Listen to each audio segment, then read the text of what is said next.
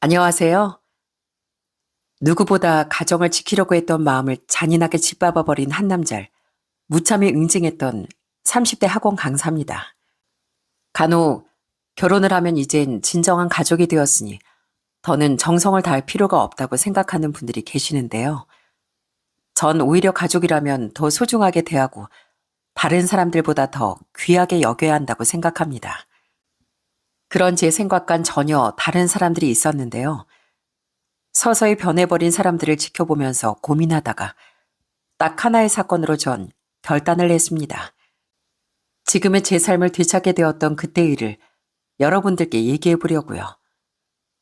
사실 저희 집은 조금 특별한 집이었어요.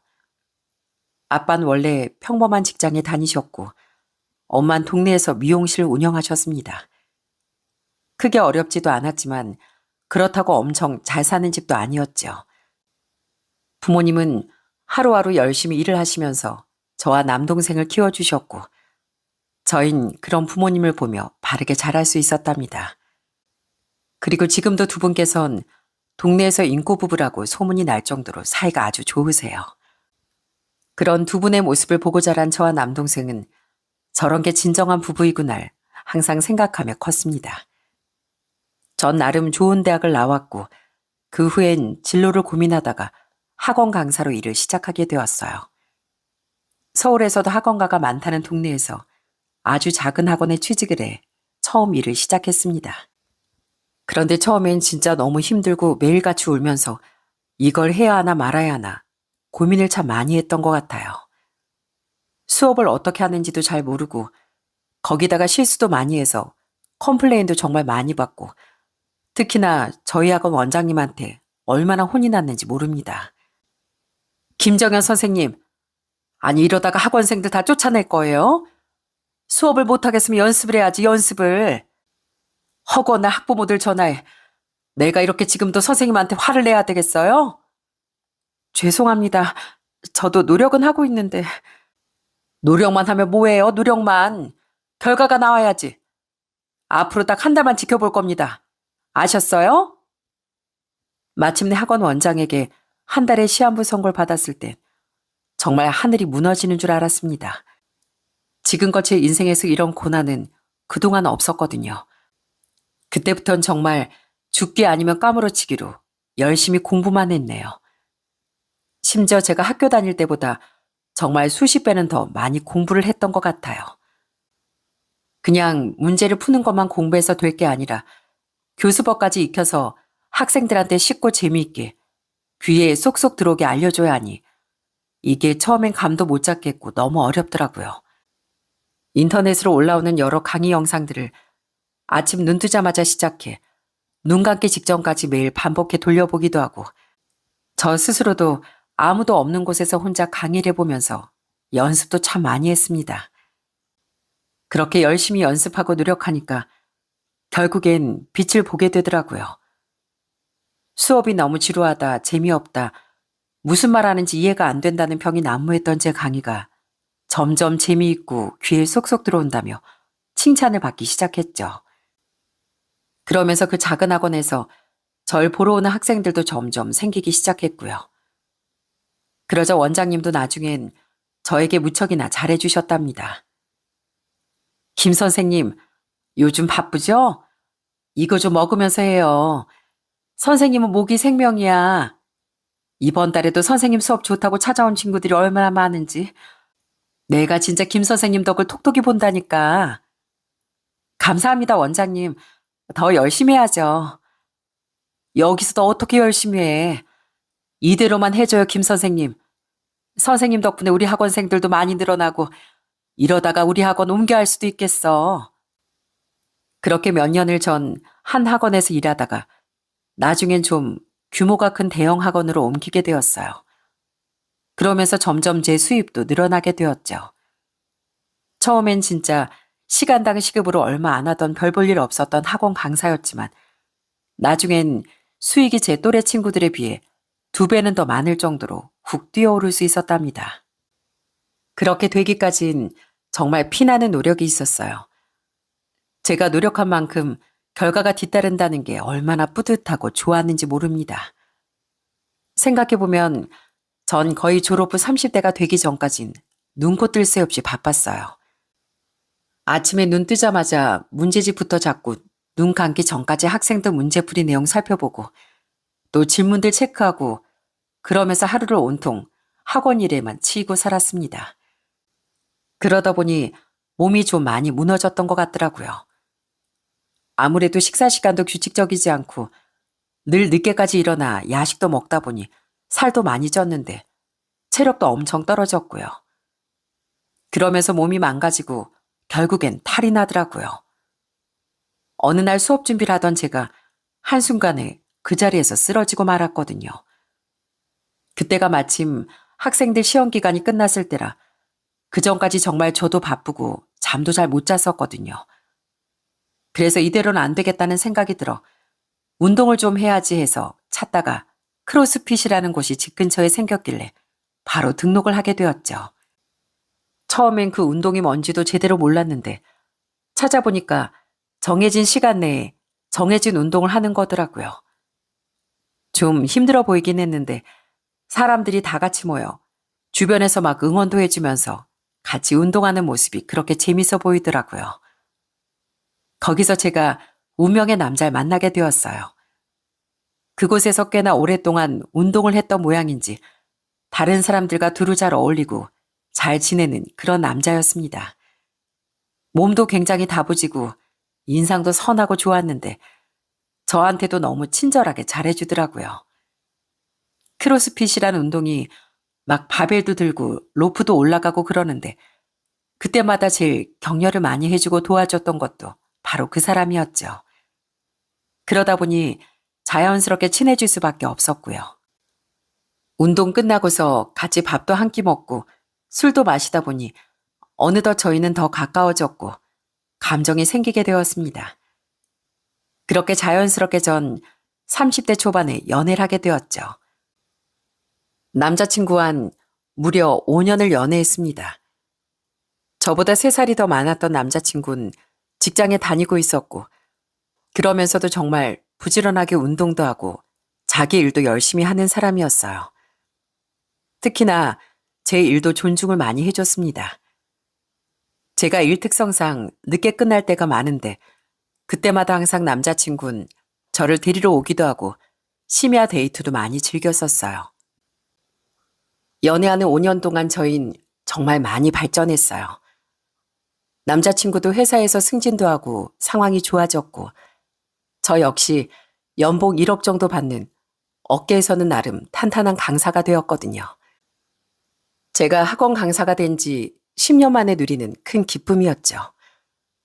하지만 처음에 결혼을 준비할 땐 남자친구가 좀 위축된 듯 보이더라고요. 정연아, 너희 집에서 날 좋아하실까? 난 그냥 평범한 직장인에 월급도 너보다 훨씬 적은데 벌써부터 걱정되네. 더 좋은 남자 만날 수 있는데 날 만났다고 생각하시면 어쩌지? 에이, 무슨 소리야. 오빠가 얼마나 좋은 사람인데. 그리고 우리 집에서도 다 알아. 말만 인사하러 가는 거지. 이미 오빠가 어떤 사람이고 또 얼마나 좋은 사람인지 다 안다고. 그러니까 걱정 하나도 할 필요 없어. 그런 거 별거 아니야. 객관적으로 봤을 땐 사실 남자친구 쪽과 저희 쪽 조건에도 많은 차이가 있었어요. 저희 집은 그래도 어느 정도 경제적으로 여유가 좀 있었는데 남자친구 집은 좀 많이 어려웠었거든요. 거기다가 남자친구와 저도 연봉 차이가 꽤 크다 보니 처음엔 남자친구가 많이 위축될 수밖에 없었죠.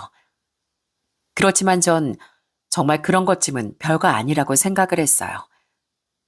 저희 집에서도 마찬가지로 조건은 그냥 부수적인 것일 뿐 중요한 건 사람이라고 하셨고요.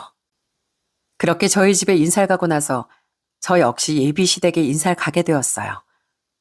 처음 인사를 하러 갔을 때 좀 놀랐던 게 예비시댁 집이 엄청 낡은 빌라였는데 집 안에 들어갔을 때도 여기저기 세월의 흔적이 바로 눈에 보일 정도로 상황이 좋지 않았다는 겁니다. 그런 상태에서도 예비 시부모님은 그래도 제가 온다고 신경 써서 백수도 끓이시고 상다리 부러지게 이것저것 차려놓으셨더군요. 그러면서 다 같이 식사를 하고 제가 집에 갈 땐 제 손에 비닐에 담긴 과일을 쥐어주시며 예비 시모가 얘기를 하셨습니다. 고맙다. 아유, 사실 우리 집 이렇게 보잘게 없어. 우리 집에 시집 와서 고생할 수도 있는 건데 이렇게 시집 오겠다고 하니 우린 그저 고마운 마음뿐이야. 이거 오늘 아침에 시장에서 제일 신선한 과일로 사온 거야. 아마 맛은 괜찮을 거다. 가서 먹어. 감사합니다. 맛있게 잘 먹을게요, 어머님. 그래, 그래. 우린 그저 니들이 행복하게 잘 사는 것만 바라고 다른 건 하나도 바라는 거 없다. 고맙다, 고마워.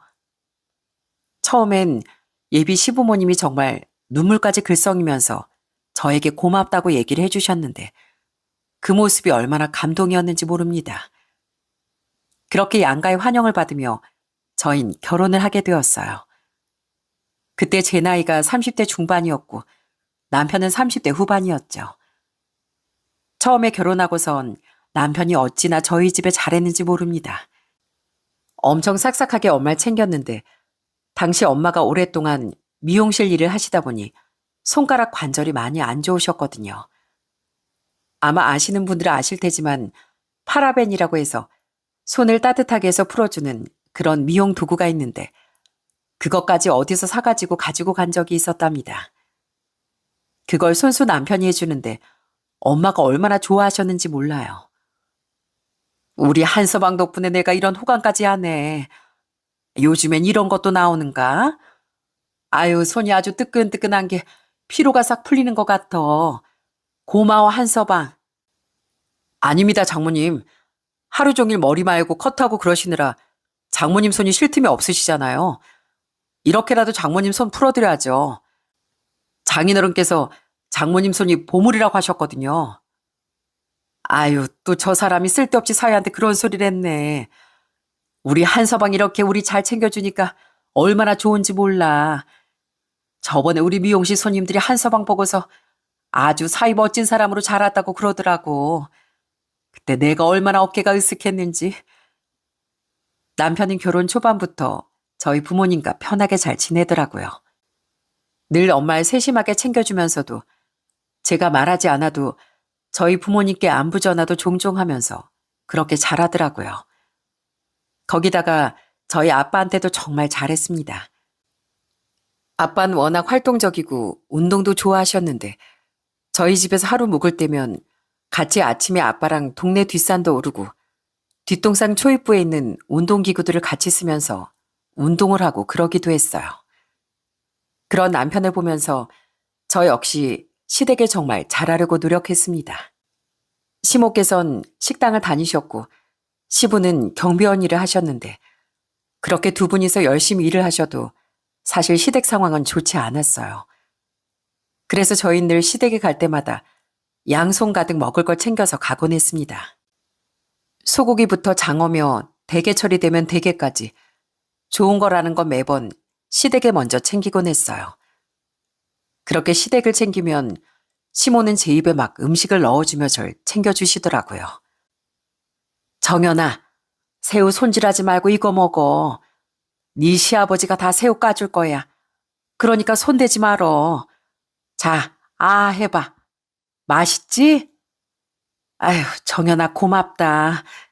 네가 이렇게 매번 맛있는 거 잔뜩 사오니까 우리가 호강하네. 어머님, 다음엔 저희 직접 가서 한번 먹어봐요. 어머님이랑 아버님 시간 여유 되실 때 우리 같이 여행도 가고 직접 가서 먹으면 더 맛있대요. 제가 꼭 어머님 아버님 모시고 갈게요. 말만이라도 참 고맙다. 우리가 정말 무슨 복인지. 평생 우리 손으로 이런 거 제대로 사 먹어본 적도 없는데 정연이 네 덕분에 이게 웬일인지 모르겠다. 우리 집에 아주 복덩이가 들어왔어. 복덩이가. 전 그때까지만 해도 그저 행복해하고 기뻐하는 시부모님을 볼 때마다 저 역시 기쁘고 좋았습니다. 시부모님께 사가는 그런 음식들은 하나도 아깝지 않았어요. 오히려 양가 부모님이 건강하고 행복하게 이대로만 잘 지내셨으면 좋겠다고 생각했죠. 시부모님 생신 땐 선물은 기본이고 용돈까지 두둑하게 챙겨드리곤 했습니다. 첫 명절엔 고급 한우새들 잔뜩 사와서 시집간 시누이네 집으로도 보내줬더니 시부모님이 얼마나 좋아하셨는지 모릅니다. 그러다 보니 정말 시댁에 갈 때마다 시부모님께선 말 그대로 버선발로 뛰어나 맞이해 주시곤 했답니다. 어머님, 아버님, 저 왔어요. 아이고, 우리 정연이 왔어? 그래, 오느라 힘들었지? 밥만 먹고 가라니까 오늘 하루를 왜 여기서 묵어? 불편하게.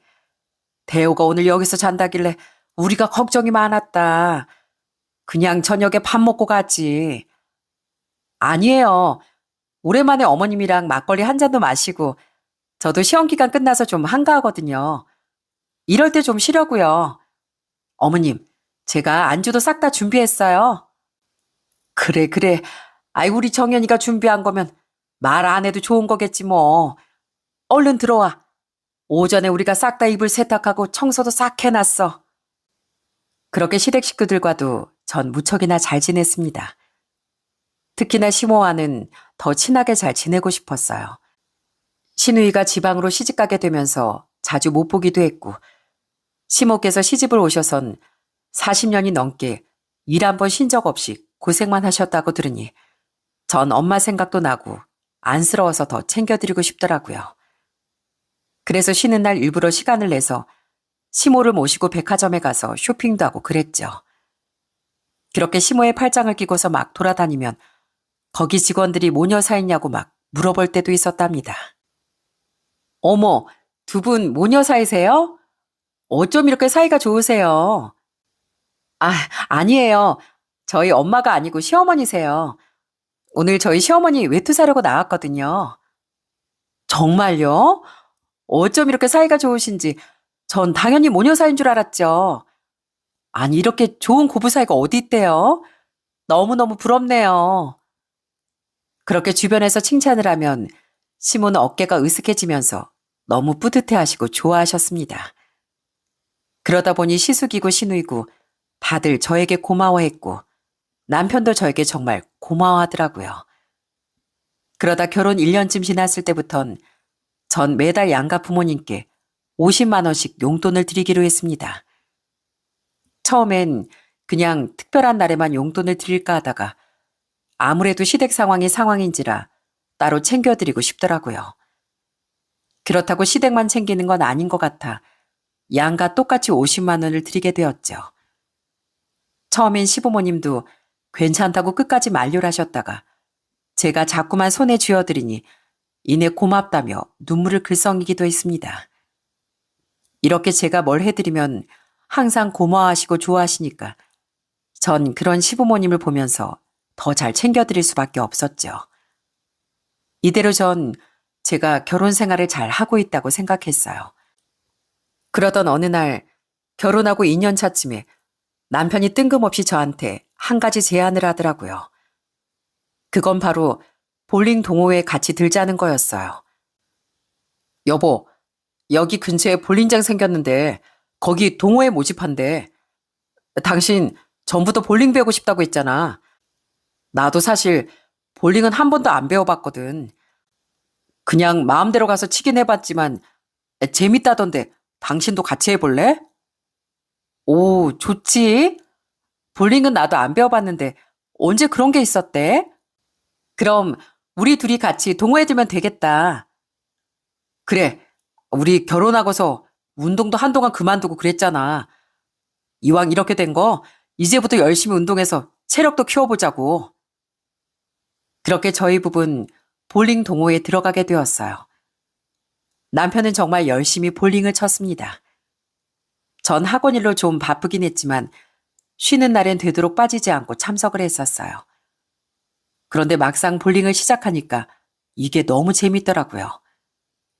동호회 회원들도 다들 나이가 비슷비슷해서 서로 마음도 잘 통하고 부부끼리 오는 사람들도 진짜 많았어요. 그래서 갈 때마다 늘 재밌게 볼링을 치고 돌아오곤 했고요. 남편하고도 정말 사이가 더 돈독해지는 것처럼 보였습니다. 동호회 모임이 아니더라도 저희 둘이서 볼링 치러도 자주 갈 정도로 아주 건강한 취미 생활이 되었죠. 그러다가 동호회에 가입한 지 한 1년 남짓 됐을까? 그때가 결혼 3년 차였어요. 사실 전 학생들 수능이나 학교 시험날 이런 기간이 되면 학원 일에만 집중을 해야 하다 보니 운동은 거의 하지 못했거든요. 그래도 남편이 매주 가서 참석하곤 했습니다.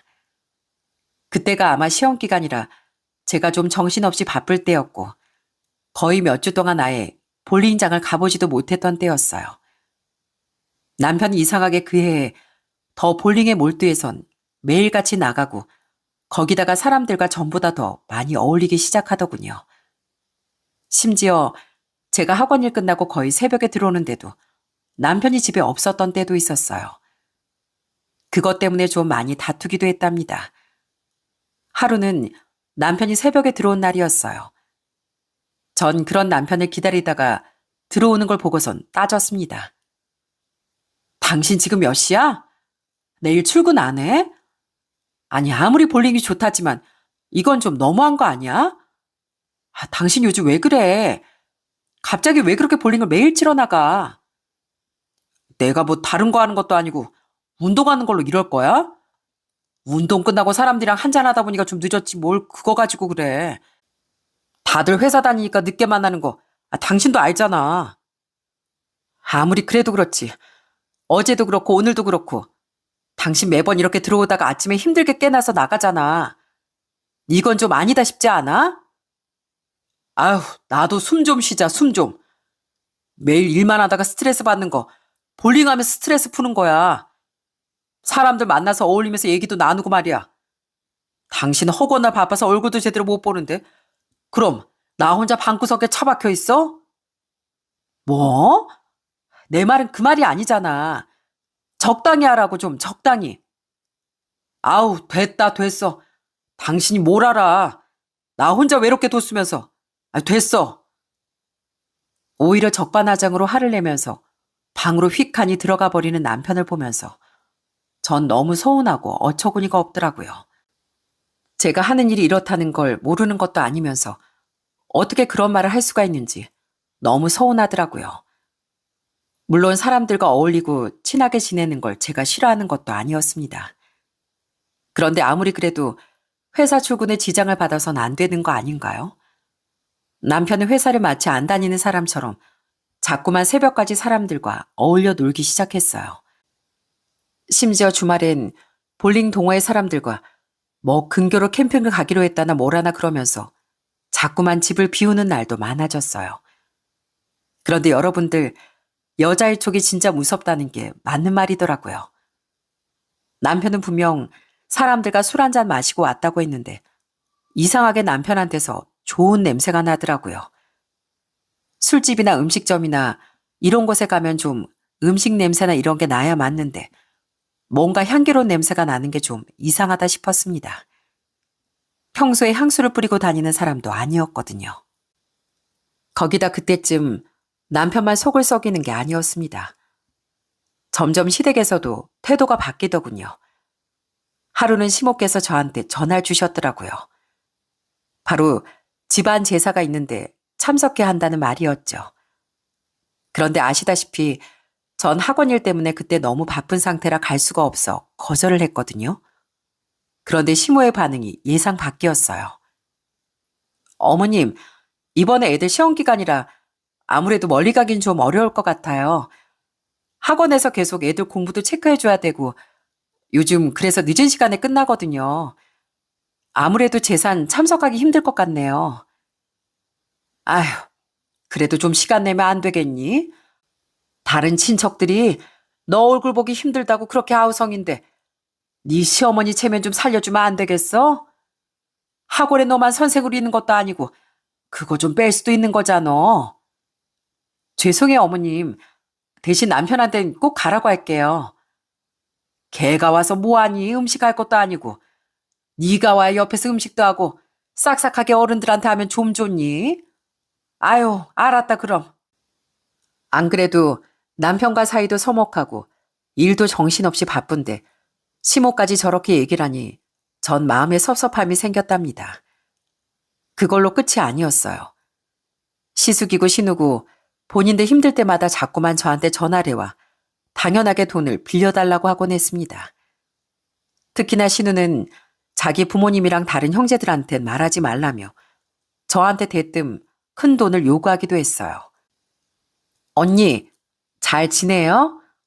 다름이 아니라 이번에 저희 이사해야 되거든요. 남편이 이번엔 저희 집에서 돈 받아오라는데 언니도 알다시피 우리 집이 여유로운 것도 아니고 그래서 말인데 혹시 언니 좀 도와줄 수 있어요? 네? 이사요? 갑자기 이사라니. 근데 뭐 얼마나 도와드려야 되는 건데요? 1억이요. 저희 전셋집 얻을 때 시댁에서 1억 해주셨거든요. 남편이 이거 다시 돌려드릴 거라고. 그래서 이번엔 저희 집에서 돈을 받아오러 가잖아요. 엄마랑 아빠한테 말도 못 꺼내겠고, 뭐 어차피 없으니까 꺼내봤자고요. 언니가 좀 도와줘요. 네? 언니 이 정도는 해줄 수 있잖아요. 제가 나중에 돈 벌면 그때 꼭 갚을게요. 대신 저희 남편이랑 다른 식구들한텐 이 얘기 절대 하지 말고요. 아무리 그래도 그 큰 돈을 아무 말도 안 하고 빌려드리긴 좀 어렵네요. 적어도 남편하고는 상의를 좀 해봐야 돼서. 아이, 그냥 좀 빌려주면 안 돼요? 오빠 알면 또 저희 남편한테 전화해서 난리 친단 말이에요. 아, 진짜. 그거 좀 그냥 빌려주면 될 거 가지고. 일단 언니가 좀 생각 좀 해봐요. 절대 다른 식구들한테 말하지 말고요. 알았죠? 그러면서 전화를 끊어버리는 신우의 태도에 전 너무 어이가 없었습니다. 점점 제가 잘해주니까 이제 마치 당연하다는 듯이 행동하는데 황당하더군요. 천만다행인지 그때 일은 뭐 신우부부가 다퉈서 심해부가 홧김에 한 얘기였지만 그날의 사건으로 시댁에서 절 어떻게 생각하고 있는지 다 알 수 있었답니다. 그것뿐만 아니라 시모는 제가 학원 일로 바쁘다 보니 본인 아들에게 소홀히 할까봐 전전긍긍하셨어요. 아마 그때가 남편 생일이 다가올 때였습니다. 시모가 전화가 오더니 저한테 꼴찌꼴찌 캐물으시더라고요. 정연아, 이번에 우리 대호 생일인 거 알지? 너 설마 안 잊어버리고 있지? 그래, 생일 선물을 뭘로 할 거니? 외식하지 말고 좀 생일상 좀 차려줘라. 바빠도 미역국은 끓일 수 있잖니. 네, 제가 남편 잘 챙길게요. 걱정하지 마세요, 어머님. 내가 걱정 안 하게 생겼니? 넌 또 바쁘다고 밖으로만 그렇게 놔돌고 네 남편 한 번 안 챙기는데 내가 내 아들 걱정돼서 잠이나 오겠냐고. 아무리 그래도 생일날엔 뜨끈한 미역국에 집밥 먹어야 되는 건데 내가 다른 거 몰라도 너 우리 대호 생일은 제대로 챙겨주라고 신신당부하려고 전화했다. 생일은 꼭 잊지 말고 네가 손수 좀 차려줘. 알았지? 안 그러면 나 진짜 시집살이 이제부터 제대로 시킬 거야. 알았어? 전 그 말이 너무나 어이가 없었어요. 사실 제 생일이 먼저였는데 그때 시댁 식구들이 누구 한 명 축하한다는 전화도 없었거든요. 남편이 알려줘서 거의 저녁 늦게서야 축하한다는 한마디 들었을 뿐이지 저한테 뭐 선물을 주거나 그런 것도 아니었고 거기다가 남편도 출근한다고 생일은커녕 선물도 준비를 안 했었거든요. 그걸 뻔히 아시면서도 저한테 저렇게 요구하신다는 게 정말 어처구니가 없었어요. 그러던 찰나에 전 남편의 꼬리를 밟게 되었습니다. 그간의 제 의심이 확신으로 변하게 된 건 한 통의 전화를 받고 나서였어요. 당시 볼링 동호회 가입할 때부터 친하게 지냈던 언니가 있었거든요. 마침 제가 바쁠 때 언니도 출산하고 육아 중이라 동호회에 참석을 잘 못했었습니다. 그런데 그 언니가 한 번은 아이를 맡기고서 동호회에 나갔는데 좀 이상한 장면을 목격했다는 거예요. 저한테 전화를 하더니 조심스럽게 얘기를 하더군요. 정연아, 너 요즘 볼링 동호회 나가고 있어? 요즘 바빠서 못 가고 있지. 언닌? 저번 주에 갔다며. 남편이 언니 봤다던데? 나도 얼른 바쁜 거 끝내고 나가고 싶다. 벌써 몇 주째인지 모르겠어. 너 그럼 한동안 너도 여기 안 나왔던 거야? 그래서 몰랐구나. 너 이번에 신입들 들어온 거 들었지? 여자 신입들 꽤 많이 들어왔어. 알아? 들었어. 남편이 뭐 이번에 많이 들어왔다던데. 근데 여자들이 그렇게 많아? 우리 남편은 따로 그런 말 없었는데. 내가 이런 말 해도 될지 모르겠는데 요즘 네 남편 좀 이상하지 않어? 아니, 아닐 수도 있는데 동호회 신입으로 들어온 어떤 여자랑 엄청 가까워 보이더라고. 난 너하고 아는 사람인가 했었는데 아닌 것 같아. 둘이 끝나고 같이 차도 타고 나가기도 했었거든. 너 한번 알아봐. 전 그 언니의 말에 순간적으로 뭔가가 확 떠올랐습니다. 며칠 전부터 남편 차가 엄청 깨끗하게 세차가 되어 있었거든요. 차 세차에는 영 관심도 없었던 사람이 갑자기 세차까지 하고 몸엔 안 나던 향기까지 나기 시작하니 의심이 확신이 될 수밖에 없었죠. 그래도 이렇게 심증으로만 남편을 추궁할 수는 없었어요. 그래서 전 증거를 찾으려고 여기저기 알아보게 됐습니다. 처음엔 남편이 잘 때 핸드폰이랑 차량 블랙박스도 찾아봤었는데 정말 철두철미하게 싹 다 지워버렸더라고요. 메시지 내역도 없고 통화 내역이며 뭐 아무것도 남아있는 게 없었어요. 전 혹시나 싶어 주말에 남편과 밥을 먹던 와중에 슬쩍 떠봤어요. 그런데 이놈 반응이 정말 웃겼습니다. 여보, 지은 언니가 이번에 동호회 나갔다가 여자 신규들 많이 들어왔다며? 신규들이 다 여자라 그러던데 당신 나한테 그 말을 왜 안 했어? 신규 회원 한 명 차에 태운 적도 있어? 어? 내가 말 안 했었나? 그러더니 남편은 엄청 당황해하며 수저까지 바닥에 떨어뜨리더라고요. 저도 학원을 10년 넘게 다니다 보니 눈치 하나는 진짜 빨랐거든요. 남편의 이런 태도 하나만으로도 바로 이상함을 느낄 수 있었죠. 그 뒤로 전 다시는 신규 회원 얘기를 꺼내진 않았지만 찔리는 게 많았던 남편은 자꾸만 저한테 해명을 하는 것처럼 신규 회원 얘기를 은근슬쩍 꺼내기 시작하더라고요. 새로 동호회 회원 왔는데 별로더라고. 그냥 난 친하게 안 지내. 알지? 당신도 나 사람 잘 보는 거. 난 별로더라. 그래? 알았어. 그 차에 태운 것도 차 없다고 정류장 데려다 달라더라고. 그래가지고, 뭐 알았다니까. 나 번호도 없어. 이름도 몰라. 지은 씨가 뭐 잘못 봤나 봐. 정말 뭐 마려운 강아지 마냥 남편이 옆에서 자꾸만 슬쩍슬쩍 얘기하는데 그게 더 의심스러울 거라곤 아예 생각조차 안 하는 듯 보였습니다. 그런데 문제는 증거가 없다는 거였어요. 심증은 분명한데 물증이 없으니 이걸 어떻게 터뜨려야 하나 싶더라고요. 그러던 어느 날 한동안 조용하던 남편이 슬슬 다시 또 밖으로 나돌기 시작했습니다. 그러다 하루는 아예 만취를 해서 대리기사를 불러 남편이 집까지 거의 기어들어온 거 있죠? 전 바로 그때다 싶어서 남편을 재우고서 바로 차로 향해 블랙박스를 뒤지기 시작했어요. 그리고 마침내 거기서 증거를 찾아냈답니다. 새벽까지 그 영상들을 돌려보는데 정말 이 두 작거들이 별의 별짓을 다 하고 다니고 있더라고요. 정말 불붙은 성냥 마냥 서울 근교랑 근교는 죄다 돌아다니면서 더러운 짓거리를 하는데 속에서 얼마나 열불이 뻗치는지 글쎄 회사에도 연차를 내고선 저한텐 출근 안양 나가고서 그날 하루 종일 상간녀랑 여기저기 돌아다니며 온갖 애정 행각을 벌였던 게 딱 찍혀 있더라고요. 바로 그 다음날 출근을 하기 위해 일어난 남편은 거실에 앉아있는 절 보고선 화들짝 놀라더니 이내 속이 쓰리다며 징징대더라고요. 깜짝이야. 뭐야, 당신 언제 일어났어? 아우, 속이야. 집에 라면 있나? 라면 국물이라도 먹고 출근해야 되겠어. 근데 당신 왜 불도 안 켜고 그러고 있어? 당신 어제 어디서 뭐 하느라 술을 그렇게 마셨어? 어? 내가 말했잖아. 회사 회식이라고. 신규 직원 들어와서 내가 교육도 시키고 회식했지.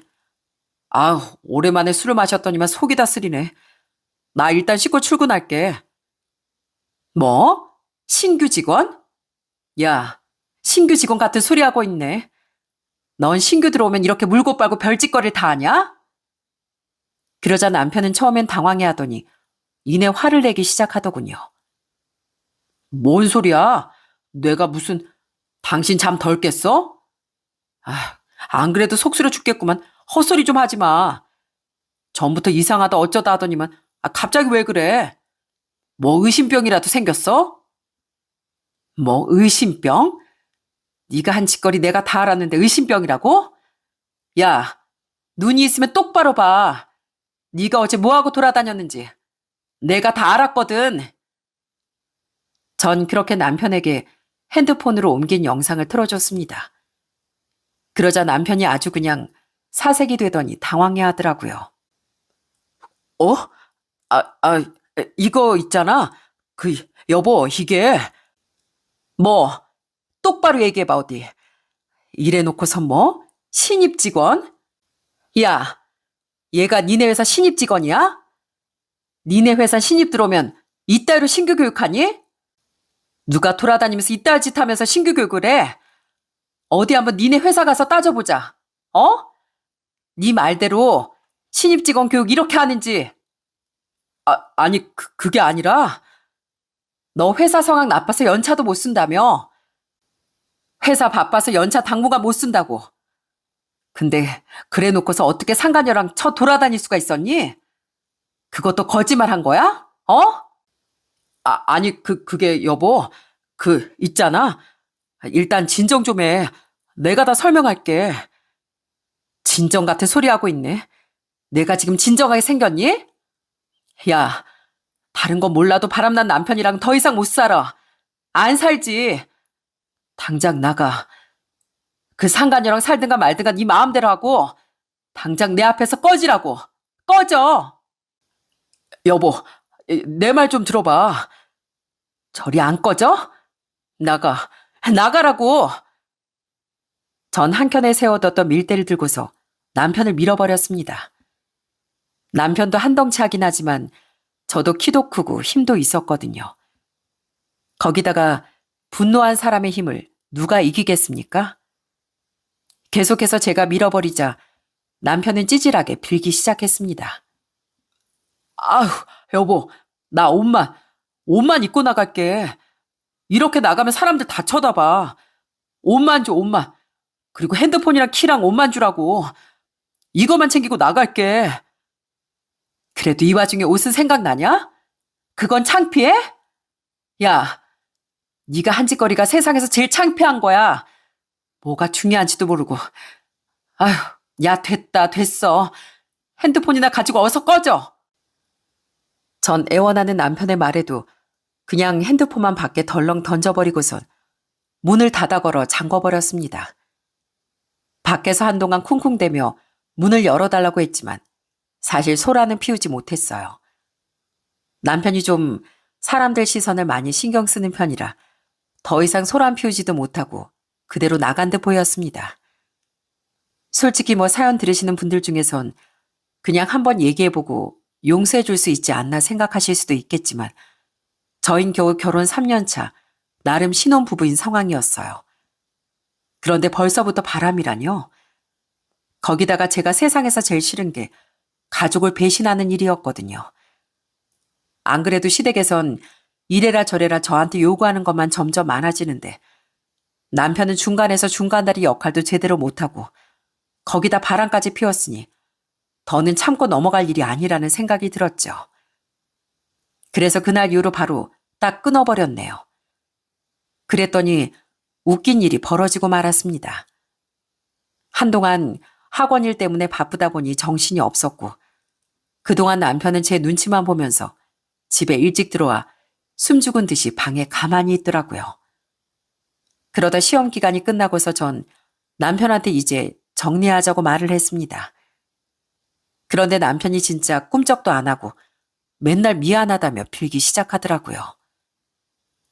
여보, 미안해. 어? 내가 잘못했어. 내가 진짜 잘못했어.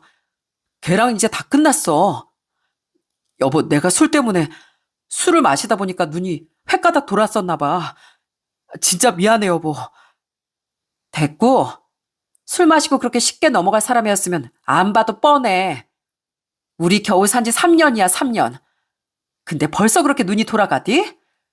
그럼 앞으로 수십 년 어떻게 믿고 살아? 됐으니까 더 늦기 전에 정리하자. 짐 싹 빼고 집 정리하고 갈라서 자고. 우리 집엔 내가 말할 테니까 니네 집엔 네가 말해. 여보, 왜 그래? 우리 집에서 알면 진짜 난리나. 그거야 내 알바도 아니고. 그러게 누가 바람 피우래? 네가 그래 놓고선 왜 나한테 이래? 난 더 할 말 없으니까 잔말 말고 짐이나 싸. 그렇게 전 남편을 무시하고서 열심히 제 짐을 챙기고 있었습니다. 대충 며칠 입을 옷들만 챙기고서 바로 친정으로 갈 생각이었어요. 그런데 그때 갑자기 누군가 초인종을 누른 거였습니다. 전 신경도 쓰지 않고 그냥 짐을 싸고 있었는데 남편이 나가보더군요. 그런데 문을 열더니만 남편이 화들짝 놀라는 게 아니겠어요? 집에 온 사람은 다름 아닌 시모였습니다. 아니 뭐야. 아니 니들 같이 있으면서 왜 전화 한 통을 안 받아? 내가 꼭 여기까지 찾아와야 되겠니? 정연아, 넌 왜 전화를 안 받아? 내가 몇 번이나 했는데 왜 전화를 안 받냐고? 아니, 엄마, 그게 아니라 일단 나가서 얘기해, 나가서. 뭘 나가서 얘기해, 이제 왔구만. 얘 정연아, 너 나 안 보이니? 아, 이렇게 시어머니가 왔는데 인사도 안 해? 너 지금 뭐 하는 거야? 니들 싸웠니? 아무리 둘이서 싸웠다지만 어른이 와서 눈 보면서 인사를 해야지. 지금 뭐 하는 거야? 니들 싸웠다고 용돈도 안 보냈던 거구나? 예. 아무리 그래도 부부싸움은 칼로 물베기라는데 그래도 용돈을 안 보내면 어떻게 하니? 내가 니들 전화도 안 받고 아유 그래서 무슨 일 있나 해서 와봤어. 정연이 너 일로 와봐. 아유 뭔데 무슨 일인데 뭔데 이렇게 싸웠어? 엄마 나가서 얘기하자니까 갑자기 와서 왜 그래? 뭐야? 아, 넌 왜 그러고 있어? 왜 네가 쩔쩔매? 뭐야? 정연이 네가 직접 말해봐. 뭔데 우리 아들이 이렇게 쩔쩔매고 있냐고. 그리고 왜 용돈 안 보냈냐고. 너 시애미 말이 말 같지가 않어? 시모는 상황을 모르니 보이는 것만 보고서 격앙되어 화를 내기 시작하더군요. 그 모습을 보면서 전 꾹꾹 참아왔던 분노가 한순간에 터지고 말았어요. 쩔쩔매만 하니까 쩔쩔매죠, 어머님. 어머님 아들이요. 뭐 했는지 아세요? 용돈 앞으로 제가 드릴 일은 없습니다. 제가 앞으로는 어머님 며느리 안 할 거거든요. 뭐?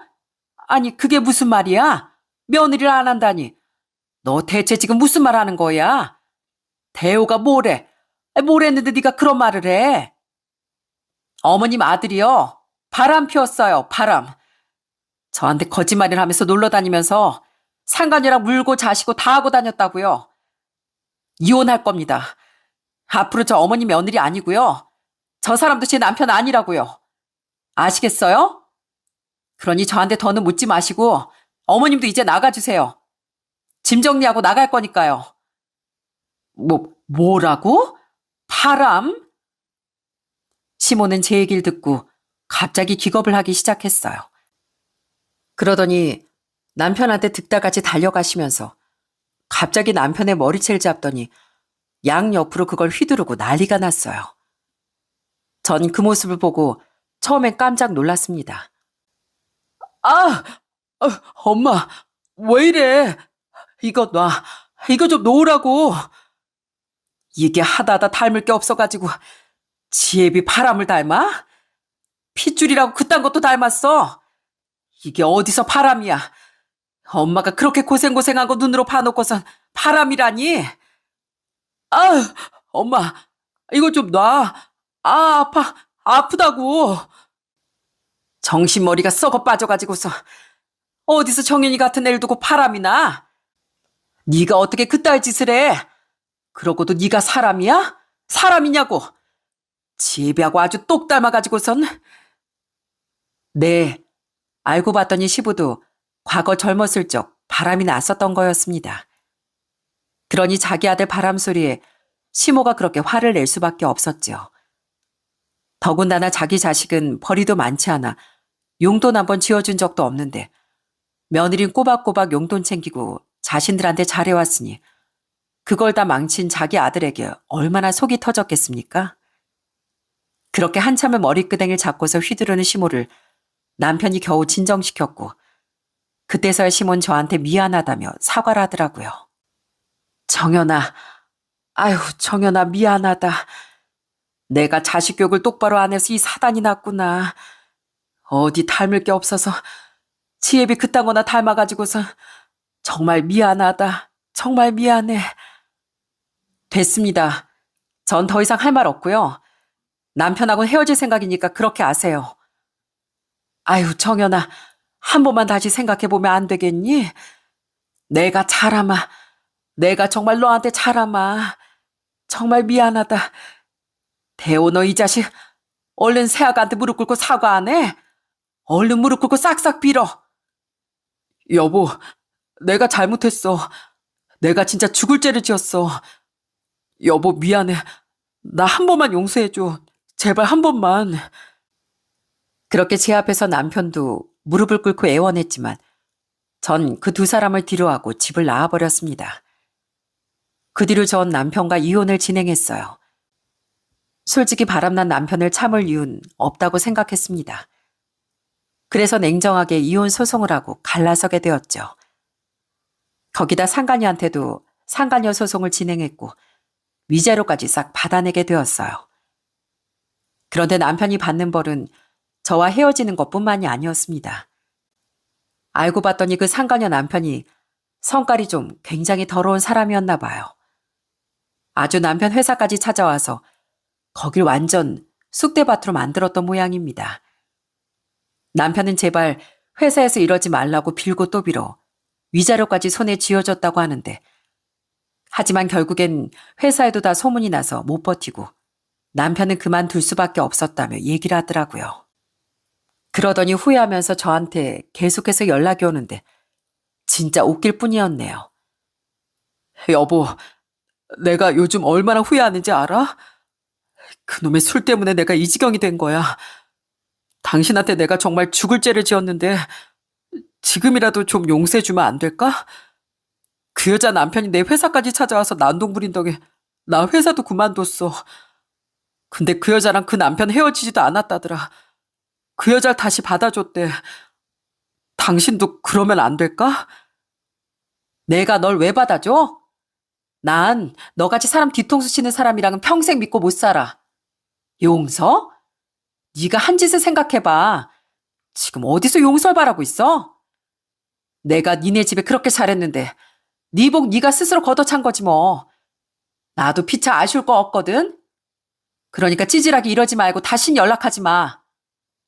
여보, 우리 다시 시작하자. 나 당신 없으면 못 사는 거 알잖아. 나 없이 못 산다는 놈이 다른 여자를 쪼물딱거리냐? 입에 침이나 바르고 거짓말해. 네 입에서 나오는 소리는 앞으로도 못 믿겠거든? 네 그 면상 다신 보고 싶지 않으니까 내 앞에 꼴도 보이지 마. 그렇게 전 냉정하게 남편의 전화를 끊어버렸습니다. 어차피 저희는 아이가 있었던 것도 아니었고 거기다 남편에게 워낙 확실한 유책 사유가 있었으니 어렵지 않게 헤어질 수 있었어요. 전 시댁에선 거의 남편을 왼수처럼 생각하고 집에도 들이지 않는다고 들었습니다. 아마 그 집에 또 누가 시집을 갈 수 있을지 모르겠네요. 물론 이렇게 이혼을 하게 되면서 저희 부모님께 너무너무 죄송했지만 그래도 전 솔직히 지금 이 사건이 터진 게 다행이라고 생각해요. 바람을 피울 사람이라면 언젠간 피지 않겠어요? 만약 제가 아이를 낳았거나 결혼 생활이 더 오래 지나 이런 일이 생겼다면 아마 제가 겪은 상처는 지금보다 더 깊었을 겁니다. 차라리 초반에 알게 돼서 깔끔하게 뒤돌아선 게 잘했다고 생각해요. 지금은 부모님도 절 많이 응원해 주시고 남동생도 저한테 잘했다고 해줍니다. 얼마 전 남동생이 결혼하겠다며 올케를 소개해 줬는데 남동생은 좋은 사람을 만난 것 같아 참 다행이더라고요. 전 아마 당분간 결혼 생각이 없겠지만 남동생만이라도 참 행복하게 잘 살았으면 좋겠습니다. 사실 여기 사연들을 보다 보면 아무리 배우자가 못난 짓을 해도 냉정하게 자르지 못하는 분들이 참 많이 계시는 것 같더라고요. 그냥 사연을 들을 땐 왜 저렇게 자르지 못할까 싶었는데 저도 막상 겪어보니까 이게 아무리 짧은 시간이라도 추억과 정이 있다 보니 더 냉정하게 못하는 것 같습니다. 그런데 제가 이혼을 했잖아요. 그러고 나니까 이제와 드는 생각은 정말 잘했다 싶었습니다. 평생을 전전긍긍하며 걱정할 바엔 애초에 싹을 잘라내는 게 잘한 일인 것 같네요. 만일 저처럼 고통 속에 고민하고 계시다면 정말 내 인생에서 중요한 게 뭔지 한 번쯤 고민을 해보셨으면 좋겠어요. 인생의 주인공은 본인 자신이니 자신의 행복을 위한 선택을 꼭 하셨으면 좋겠습니다. 저도 앞으로 부모님과 함께 행복하게 잘 살면서 제 일도 사랑하고 더 좋은 강사가 될 수 있도록 노력하려고요. 지금까지 제 긴 이야기 들어주셔서 감사합니다. 여러분들의 인생도 더 밝고 행복하시길 바랄게요.